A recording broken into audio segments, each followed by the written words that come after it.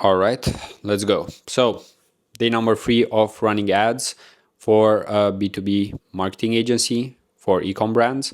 So, I'll be sharing some new things that I've actually changed in the ad account because you get to understand pretty quickly what works and what doesn't work. So, right now, I'm trying to book calls, basically run paid ads and get someone to click on an ad. And then this is where you actually need to pay attention to what's happening post click, because I'm getting clicks and you'll be getting clicks. Everyone will be getting clicks eventually, right? Because if you don't suck at making ads, you will actually get traffic. But then it's about convincing those people to actually take an action, right? And this is where you actually need to pay attention at your headline, at the offer. What are you promising? Don't overpromise and underdeliver at the same time. So you actually need to be realistic with what you are doing. So this is where you actually need to put in the work, like create something and then basically try to improve it. This is where you get a compounding effect of your actions. When you don't start something new, but you just improve one thing. It's just like with the iPhone, right? They created it after multiple iterations, probably in the company, and then they stuck with it, and then they just improved small things, right? And look at where Apple is right now. So it's the same mindset with paid ads, and there's a lot of room to actually improve. I'm not sure if you've watched already day number 1, 2. I would recommend, because you can basically see all the changes that I'm making, and it's already day 3. I have the 5th ad set already created, and right now, so let me give you some backstory here. Basically, what I was sending traffic to was the website, which is not ideal because at least here on this website, you have the book strategy called CTA that you can actually see here, right here. And then the person who would click on that, they would go to another page where they would have to fill in their info. And there are quite a few things to answer. And then they would get a Calendly link, right? So slightly too many steps, not as convenient. And of course, I think even the targeting on Meta right now is not necessarily very efficient, because you won't get the best ecom brand owners right away, right? It's unlikely. The pixel is not even seasoned right now, so it will take some time. It will take some spend. Right now, I think the account spent only $100 until now. I mean, today it actually spent the most, if I'm not mistaken. I'll switch in a second here to the laptop just to show you. But the thing is that right now I'm testing 2 new things. So one of the thing is actually having instant forms. Basically, someone can fill the form on Google, on Meta, which means Instagram and Facebook. So no Google ads yet, but that makes it more convenient. And always you need to think of how you can make things more convenient, right? I mean, even with me right now filming, or even with you, you are watching this video because it's on YouTube. It's very easy to consume, right?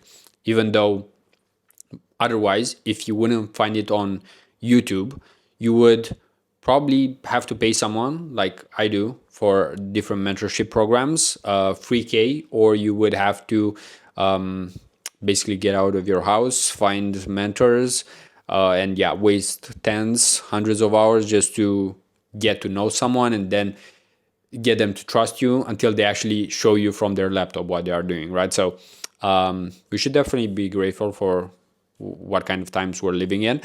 But besides the instant forms, where it makes it easier, I also made another ad set where the ads send to the Calendly link, which I don't think is the best, to be honest, because like, why would they trust a Calendly link, right? Like, it has my name, it has some copy from me, but still, like, I don't think it's the best. But until you try it, you don't know, right? And someone has to try it. So better be me, I guess, and then we can learn. But let's switch to the laptop right now just to show you how the structure looks like, some of the results, how the cost per clicks are looking like. They are getting more expensive, which I don't mind actually, because I mean, if it's the right people who are clicking, then it doesn't matter how much you pay. Like $8 a click, whatever, if it's the right person.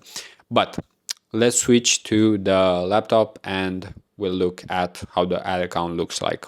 All right, so right now we're in the ad account, right? Let's go at the campaign level just so you can see we have the campaign here. And let me show you the results from today. So you can see here that we spent on quite a few ad sets, right? But I turned 3 of them off.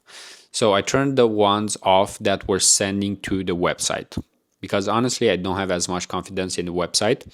And I want to test out the instant forms and the Calendly link. So I'll show you where they send, but I think it's very early. It's premature here to turn this off, but I just want to get data on these ones. And I don't want to run all of them at the same time, just because otherwise they might also be competing and you can focus on a bunch of things at the same time. So one of the things I'm actually focusing on is the click-through rate. I mean, if it's around 1, 2, 3, I know it's relevant enough, I would say. The cost per click will depend on the CPMs, and honestly, $106 CPM. I mean, I'm expecting this audience to be more expensive. So, yeah, this is not necessarily a surprise. And let me show you. So the ads that are sending to the Calendly link. Let me go here. Let's go to the post tweet comments just so you can see it from here. So this is one ad and so on. And if you click on it, it sends to the Calendly link. So it has an event here, so it will track the page view, the invitee event type page, and then like you can book a call. I don't think this is the best copy necessarily, but it's all right. And then like you can book a call. So name, email, Shopify store URL, what is the store revenue, how much you're spending on ads, any other info, and if you want to get here message. So that's the structure. We'll see how it goes. We already have some clicks. I'll have to check the data if anyone failed. I don't think so yet. And then we also have the instant forms. So the instant forms are slightly different because you actually have some questions here. I think I can show you without any problem, like how's the structure of this. Or actually, yeah, I might not be able to. I would have to go into another page for that. But yeah, this is it. And the main things that I'm asking is actually how much you are spending on ads and what's the revenue. So it's a pretty simple form. I also add a open question. So if anyone wants to add any other info, they can, but it's a very simple way. The ads, I think they can also be improved, but you have to just do it, right? So you don't have to overthink this. Like first try and then see what the numbers are telling you. Of course, discard drafts. We don't want to make any change. So right now, I think the click-through rates are looking decent.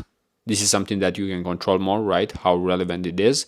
And then the cost per click, you get what you get, right? So if it's higher quality traffic, you will pay more. So we'll have to see how it goes. Right now, today, basically, we did get 7 clicks, which is not necessarily way too much, but also if at least half of them are relevant, then yeah, that's more than enough. Plus, don't forget that it has 466 impressions, and impressions also matter. The fact that someone sees you, that they know you're alive. But let's switch the camera back to me. All right, so we're back. And not much else to add right now, because basically what we need to do is make a change and then look at what's happening, right? And basically these are very new ad sets, so I wouldn't take any decision so fast. Usually for ecom brands, I would take decisions on a, let's say, 4 to 7 day period. Here I'm moving slightly faster just because I know the data that you get even on the first day is helpful, but yeah, usually dropshippers look more at daily data, intra-hourly. I mean, that's way too much. Nowadays, it's way too much. You need to let the algorithm do some of the work for you, some of the heavy lifting, and then based on the data from a few days, you can take decisions, right? So right now, we'll see how it goes. No book calls yet, which is actually not expected after $100 in spend. I mean, 300 would still be fine in terms of how much you spend for a book call, because if you spend 1000 to get like 3 book calls and one of them closes, you're still profitable, right? So this is where high ticket really helps. And you just have to be in front of the right people, right? Especially if you offer a good service, right? Because let's not forget, we also need to offer a good service. Like otherwise, everyone would scale to the moon and yeah, just offer a bad service, because you can't be the best at advertising, you can't be the best at data analysis, you can't be the best at everything.